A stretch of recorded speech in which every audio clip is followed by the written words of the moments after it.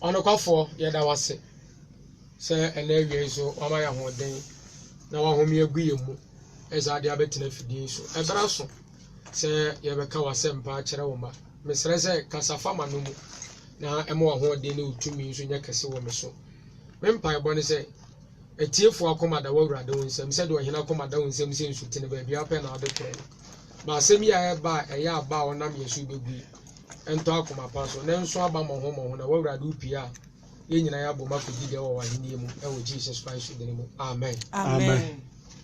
Edase last week na ye din komofa se odi Yesu Kristo aye yempata yembone ho ananyame abufu ho mpata nti ye kan sem bi wo 1 John chapter 2 verse number 2 e hono na ye kan ya asem no ana you read the Bible verse no efree na enenso so no ye kan efree hono mo ase na bidi ka cho se last week message na in the 1 John chapter 2 verse number 1 ebe 2 no itras on si wiase adenkwa memankuma me kire ye no mabremo na mo anye bone na se obi ya bone a ye wo tigina fo bi eja na nchen one na otene ni Yesu Kristo na ono ne ye mbone ho mpata na enye ye ndie nko na emom ewiase nyina de enso ho bi ndi Bible si Yesu Kristo ne ye mbone ho empata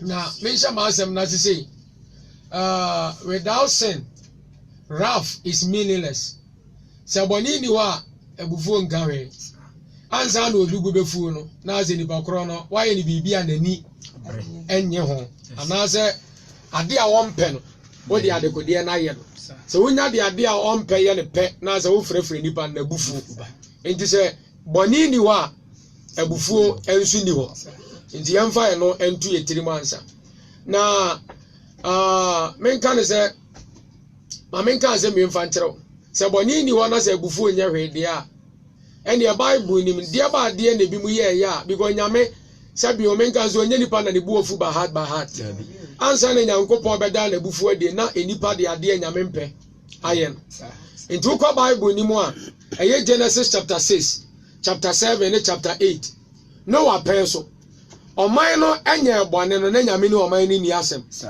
oman ni nya bone no na nyankopon emfa ohaw ene amane bi ama oman no so bara oman ni ye bone no nyankopon edda na bufuo di edifa enzu yirimu ebe fa nipa e wa asase su nyina meka Noah ene ne manko a ana wamfa enzu ni bi amfa o mansem ne nipa e wa asase su de sebe de na wanyimo de afa no wawo de oye ni frani o de oya apati o tebia bia obi a wo mu bia no se na ontene wa awurade animu a ode enzu yiri fa awoko na enye eno nko a de frefre sa nyame abufu adi nsu yiri ne baaye eye nipa bone ana oye because no wa boda uro emfirisia bebrebe ye person ko oman ne besesa oman no kokobo awurade nam no waso de bom no ko besesa efiri ne so oman na amfa okay yamfa no nto nchen de tosu biem law to penso eye Genesis chapter 19 verse number 1 to 38 yes and also oman ni mufo ebo adwamaya akoduru pempenso se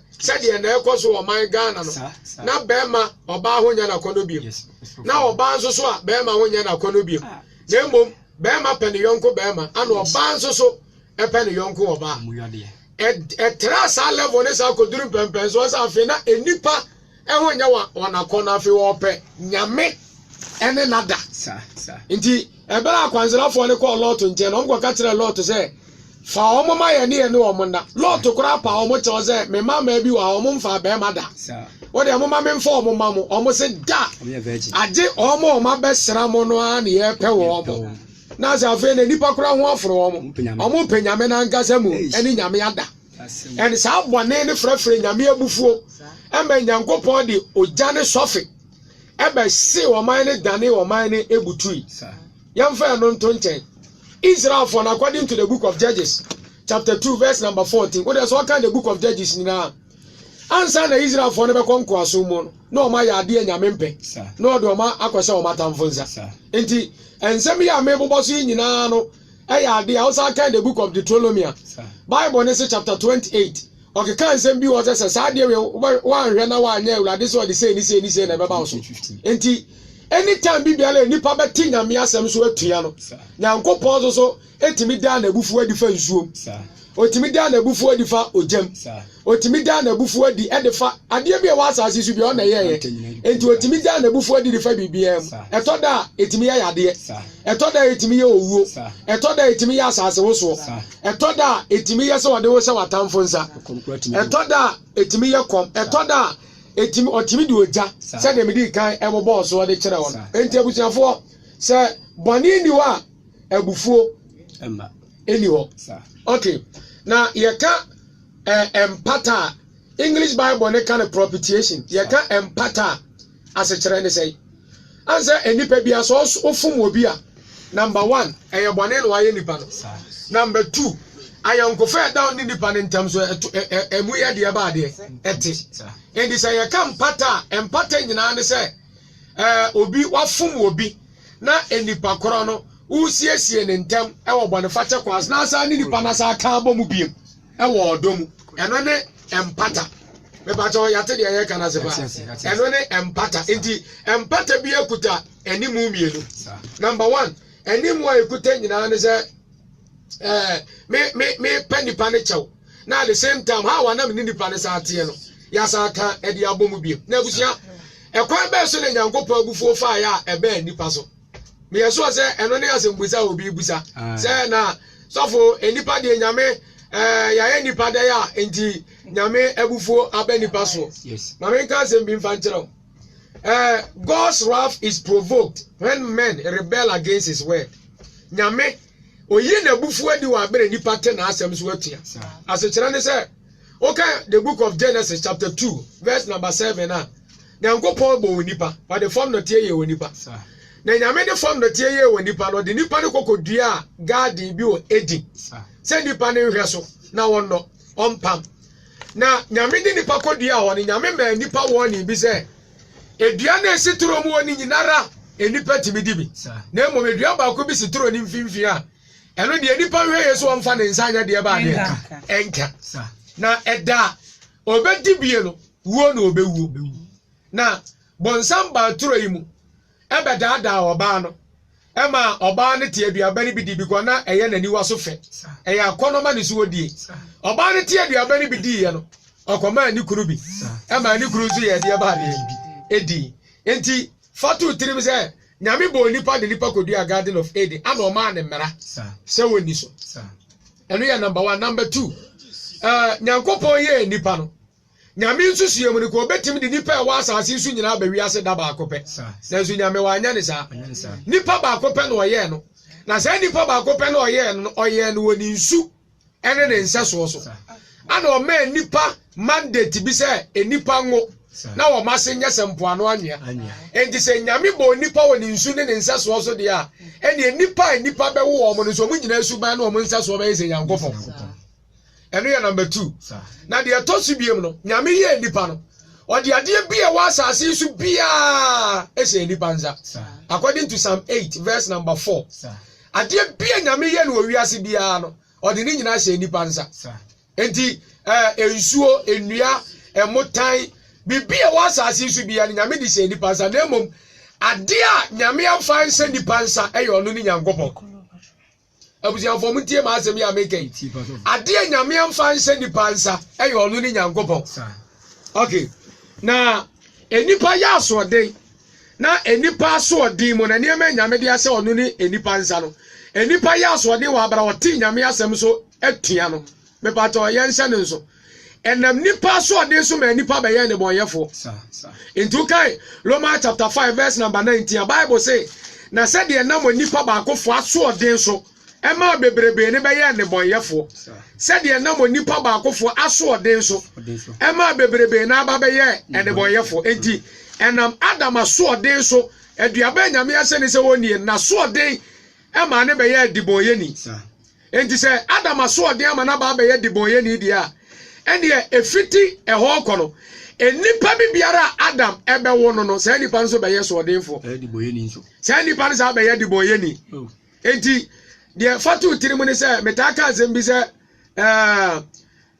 enam Adam aso ade so na nipa be ye ne boyefo enti Adam aso ade e ma ne be ye de boyeni enti we can Ephesians chapter 2 verse number 1 to 3 na Bible say na said ye na wusuo tie ne ye abufuo madada ye ka awusuo nya ade a ye wo ba asase so abefa na emom awusuo ya ade a wunya firi nipa wo wo ni mogya mu eya ade nipa na wo wo no ode awo eya awusuo enti Bible say na said ye na awusuo tie no ne ye abufuo madada enti nyame ye Adam no ode ne nyina se ne nsa na wo ma Adam akonya se nka wonwo ema nipa ono ne Adam be wo mo ne nse so onye se ono ni Nyankopon na Adam ya so ode tie nyame no ema ne be ye diboye ni nyame abufuo beda Adam so enti se nyame abufuo beda Adam so dia nipa bi bia lo be pie free Adam asinima ba bia ne nyame abufuo ni bia kan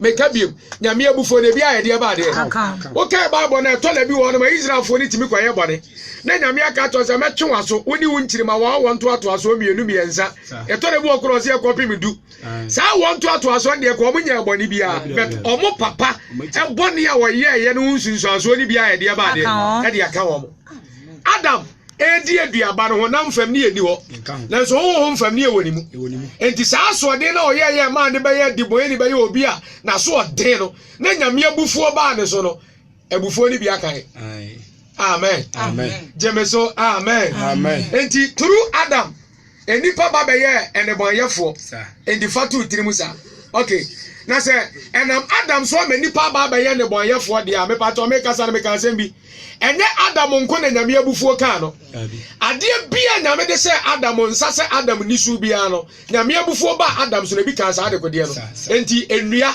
nyame abufuo ni bi kan won emmoa nyame abufuo ni bi kan won ade bia wa asase su a meka bia nyame de se nipa nsa bia no nyame abufuo ba nipa so na abufuo ni bi traka e kan sa de man obi bufu a wata ade akura ne buofu no enti na woni sister bi tifia wo ye sister nahi wona ne twema nso nti no watade a usi ata ho enya nasem atade ne no wonkwe but unipadua na ne ne kuni ntensu oto na woni fie enso abufuo nti wayi atade no na se abufuo ne bia ede ba de atara ka atade no se mabufuo atara ka nipa na nam nipa so ama mabufuo atara ka ne ma me di se nipa nyina nza na se no mabufuo ntimi ntena nipa so nkosi da mabufuo ntimi ntena nipa so nkosi da enti twa se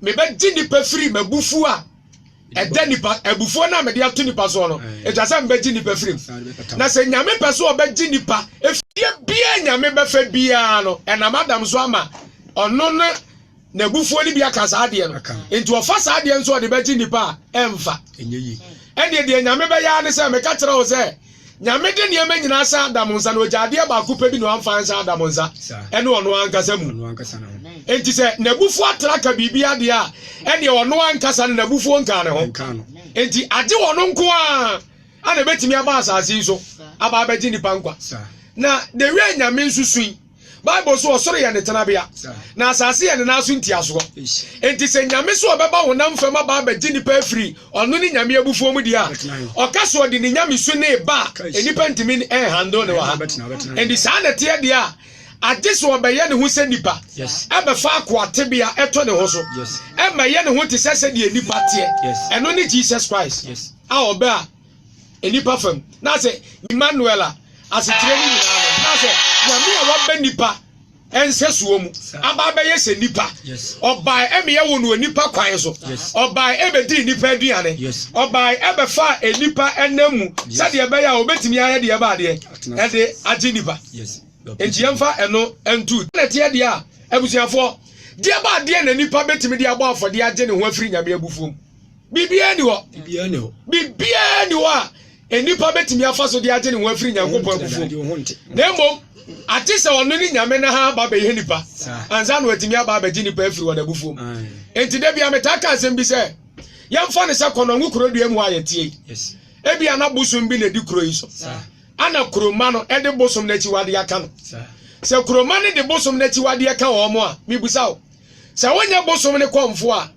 ubetimi afa odwan yakum ni se ode odwan ni moja piti kuro dua mu ayi busum na bufu afiri wo enya possible it may be say aboa kura boss konfo ni beku no edi ni moja apiti kuro mu no sa aboa na bi na nso beku ni di ni moja apiti kuro mu na nso One conforming near young Gofa, one conforming near Pam, and to the old Bayan Yadia Sabahead Yabadi, Ebefa, and apart from Jesus Christ, a dear big Piara and Nipadi Bessi was what they Patawani Yamentama before the Emva.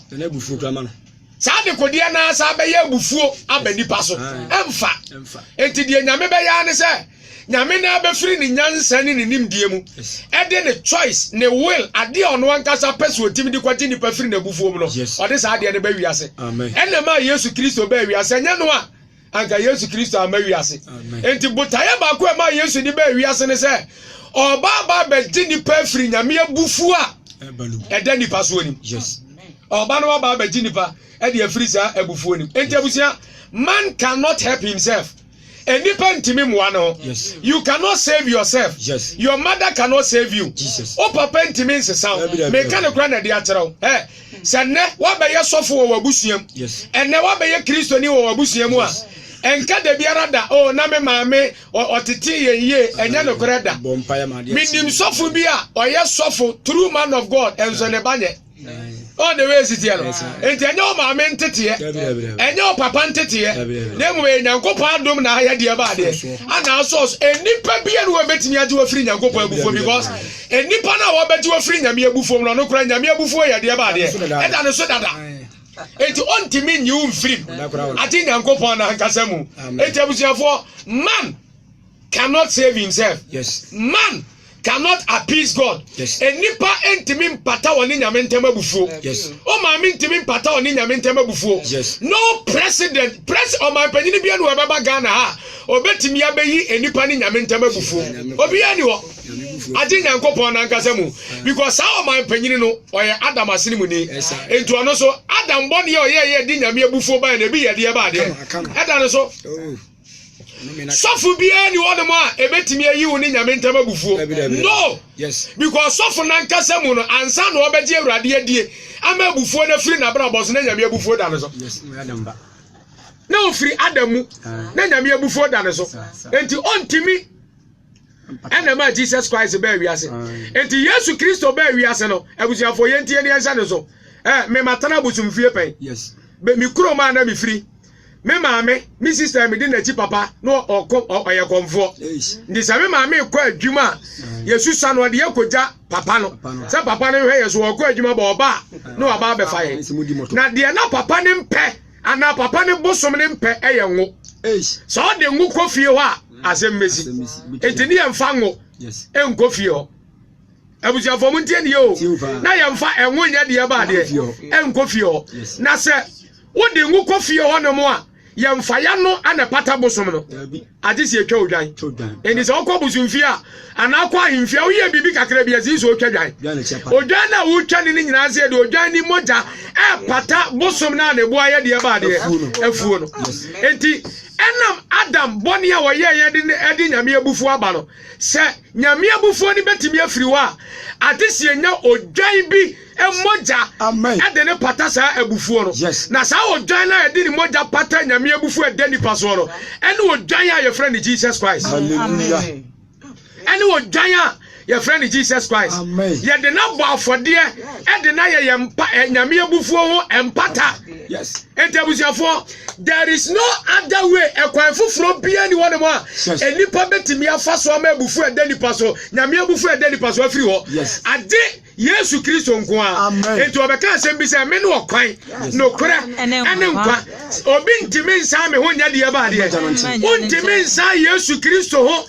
empata abufuo afiri nyame ye da wabra boso ne da apart from Jesus Christ there is no other way yes I will betimi dia appease the wrath of God I da wabra boso no there is no other way yes I did Yesu Kristo nko a I did the sacrifices of Jesus Christ and there is no leader that can appease the wrath of God. Yes. Let the be anyone man say so. Nyame abufu ede ni paso le betimi ayi afiri ho. Yes. Me kan kwa na de atero. Muhammad by wantimi ono wankasa kwa na nyame abufuo ye de ba de eda ne so Gautama Buddha by wantimi Confucius by wantimi Oman panifo by TC Uzel by wantimi Joseph Smith by wantimi omunyina omufri Adamu enti nyame abufuo da Adam so na bia ye de ba de account enti omunyina obia no mo betimi enti ka Bible no say edi bi ni wo soro eni asase ni asase ase a wode amani pa ma se emu na wonya nkwade adedi ba ko pe and that name is Jesus Christ. Amen. Apart from Jesus Christ abusia untimi nyu hu mfiri nyame abufo. Yes. Apart from Jesus Christ. Yes. You cannot save yourself from the wrath of God. Yes. Ati Yesu ngwa. Enti abusia odi Yesu ababa afode ade na pata abufu ede nyame ni nipantem. Odi Yesu ababa afode. Enti yesi ametie enipa bibiara wo mpese nyame abufuo beba aso de atwa se wo yenie ade ba akopɛ ene so obegi Yesu adi amen se wanyi Yesu Kristo ani a onkwa na nyina nyame abufuo da so me ka biem ade ba akopɛ ana obetimi aye ama yi nyame abufuo afiri wo so ene so obegi Yesu Kristo na folebo a obo ye ne edie se wo di Yesu Kristo afolebo ne di a wo pepe nyame abufuo afiri wo ablabo so sa wanyi Yesu Kristo afolebo na ani dia ene emeka asem bi atrɛw nyame abufuo da so eda wa wonto atoaso nyina so kopen wa wonto atoaso be hu Yesu Kristo anya se abufuo ne dam so enti believe in Jesus Christ. Don't believe in any other leader. And you leader be and in a leader be and we bet me to a free nyame abufuo except Jesus Christ. Yanka John chapter 3 verse number 36. John chapter 3 verse number 36. Yanka free verse 35. Osi ejane do oba no. Na wode niam nyina asane nsa. Yentie ne yo ejane do oba no. Na wode niam nyina asane nsa. Okay, 36. Die waje oba ne die no. Owoda nkwa. Na die ontie oba no. Ori nhuru enkwa. Na wanyankopɔ abufuo ye die ba de. Eda ne so. Die onye oba ni nie die ontie oba no nyame abufuo ye die ba de edane so abusia. If you don't accept Jesus Christ into your life, if you don't take Jesus Christ as your personal savior, the wrath of God is upon you. Yes.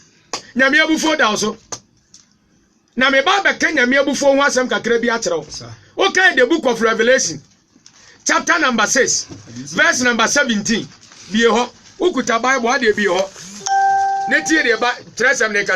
Revelation chapter 6 verse number 17. Osi o Bible say free say nyankopon abufuo da kese na ide ba de eduru na ho na betimi agire nyame abufuo da no. Uko the book of Zephaniah osi Ewurade da na ben aben repentem say don beri makura ya de ba de edwane de oso ye meto man masa enipa abufuo de betimi agina no. Enipa bufo baby ekopem de enipa bufo kopem nyina ne se wanfa bo ma otirimu a o de sika na betwa wanfa sika ntwa a obepa wasum wanpa wasum a obeto to prison wanto to prison e yetuo no de bebo okum be Bible se menka to se e ma ye nsuro de obetimi akum honam yengu a na mo ye nsuro de obetimi akum honam na ye hohom ne so asade na koda wo seye mu ye nsuro se nipa na Ewurade nkwa de betimi ayesa Okay. Be de amebu boss yi e ye de nipa bufo timi ye Benyame abufuo ano ode eche nipa de. Bible says wa anyi nyame doba na ani nyame abufuo ye de ba de. Eda wo so. Nyame abufuo da wo so. Abusia accept Jesus Christ. What the na ye yembo ne ho mpata. What the na ye nyame abufuo ho mpata.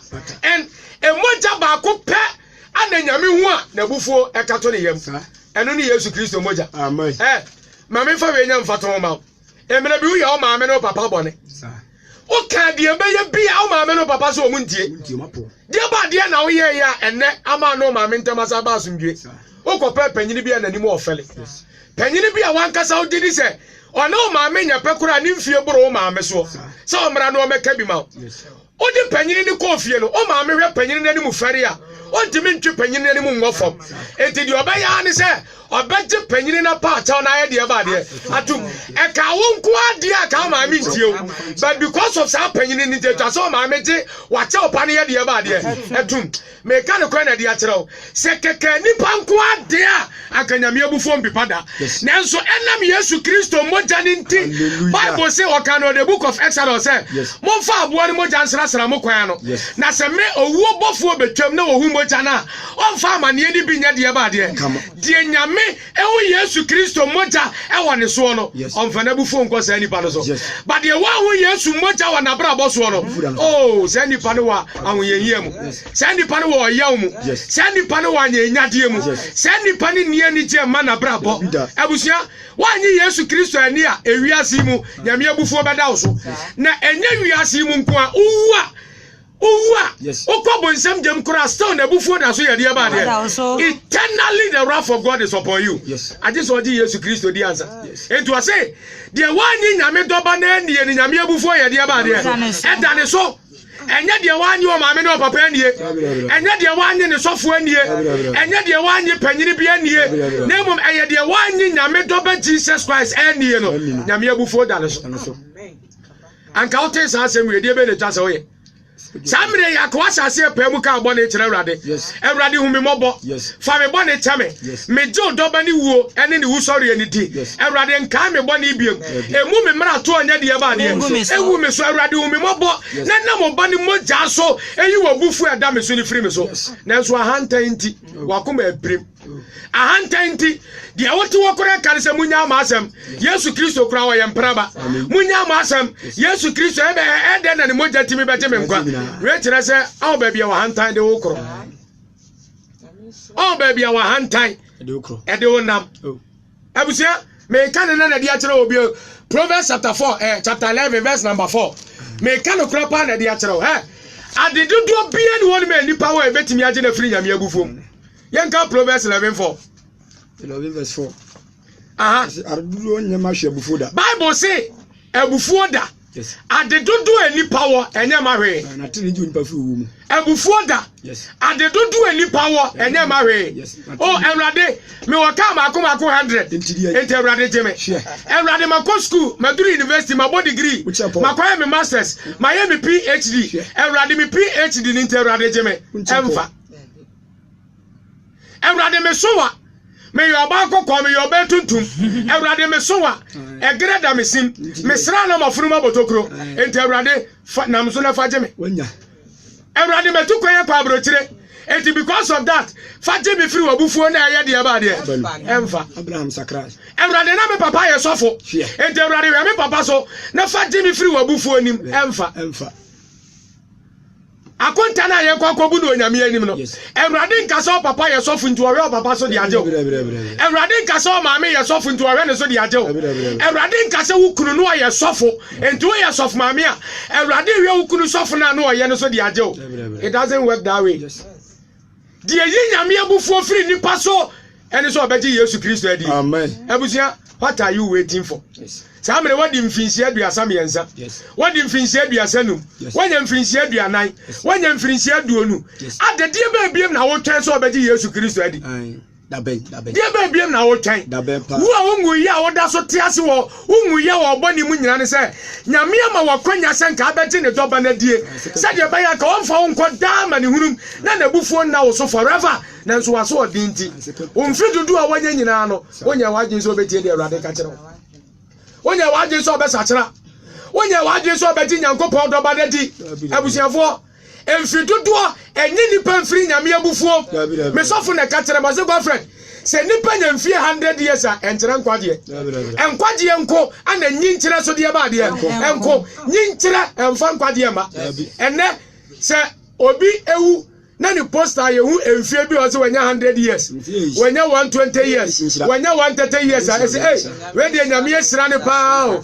Me pa cho eye no kore asase so de wanya mfirisia bebrebe.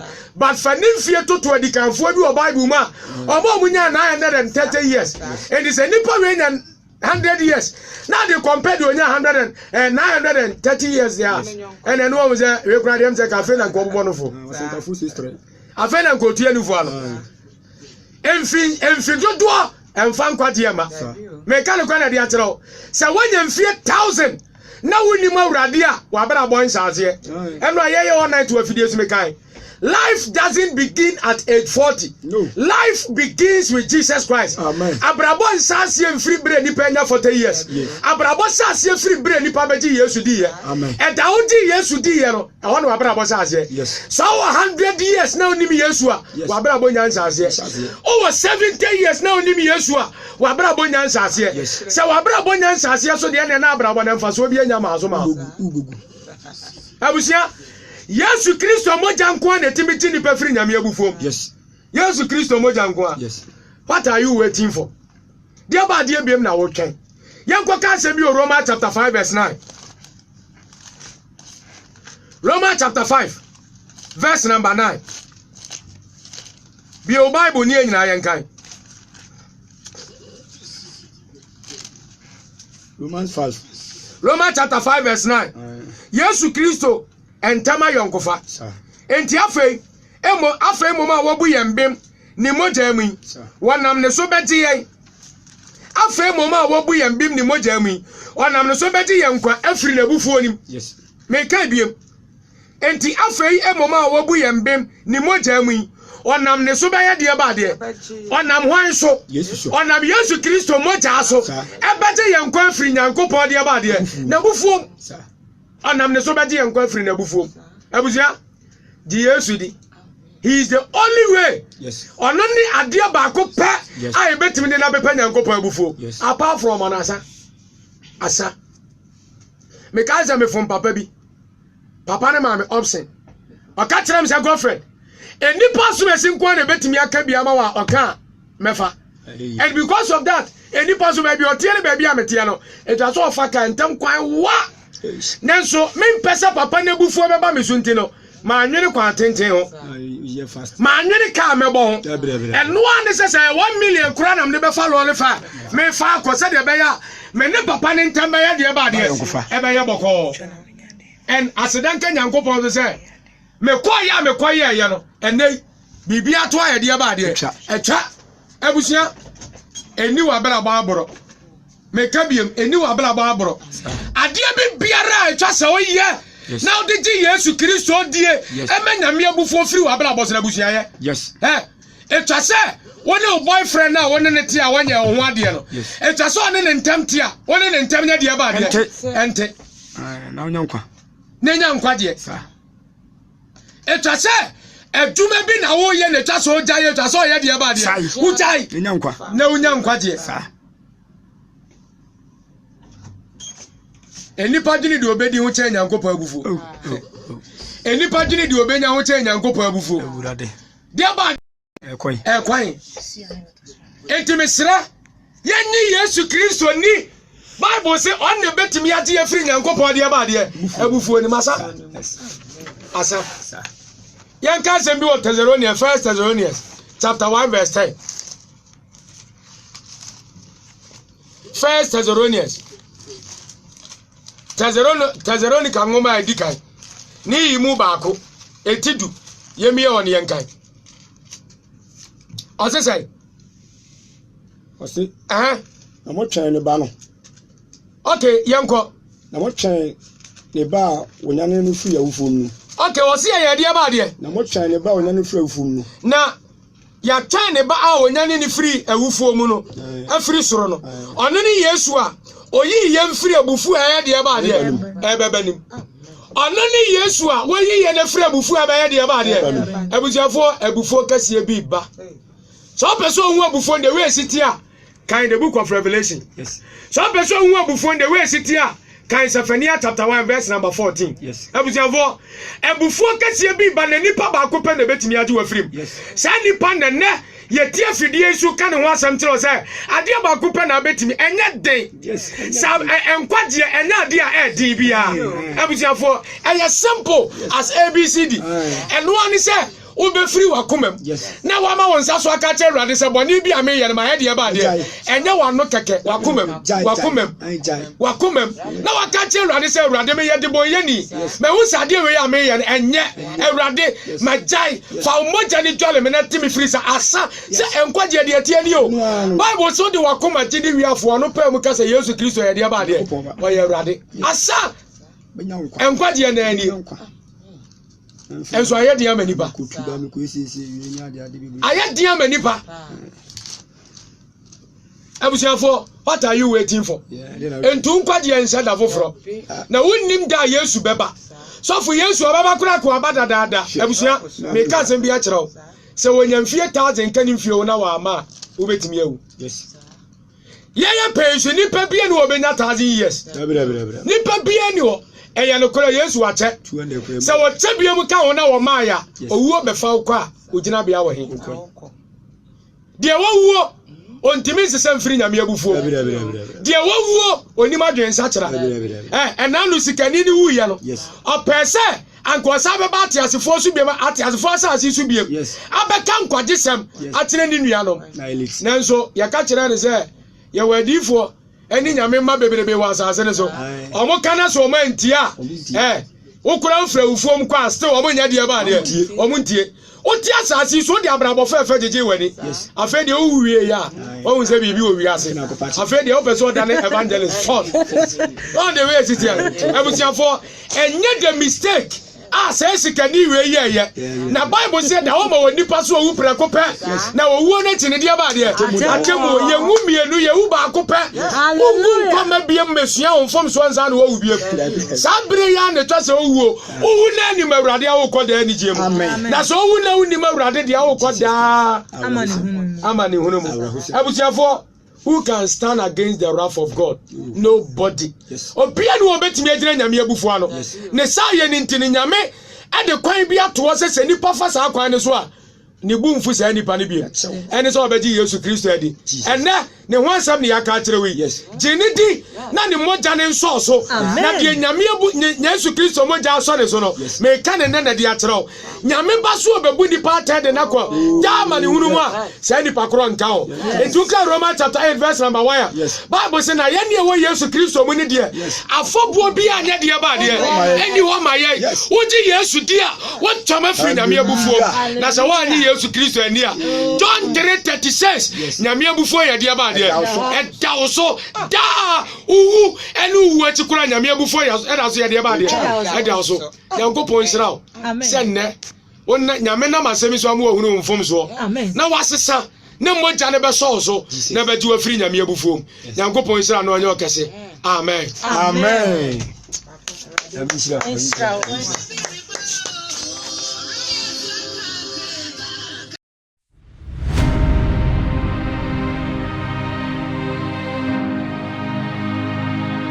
asole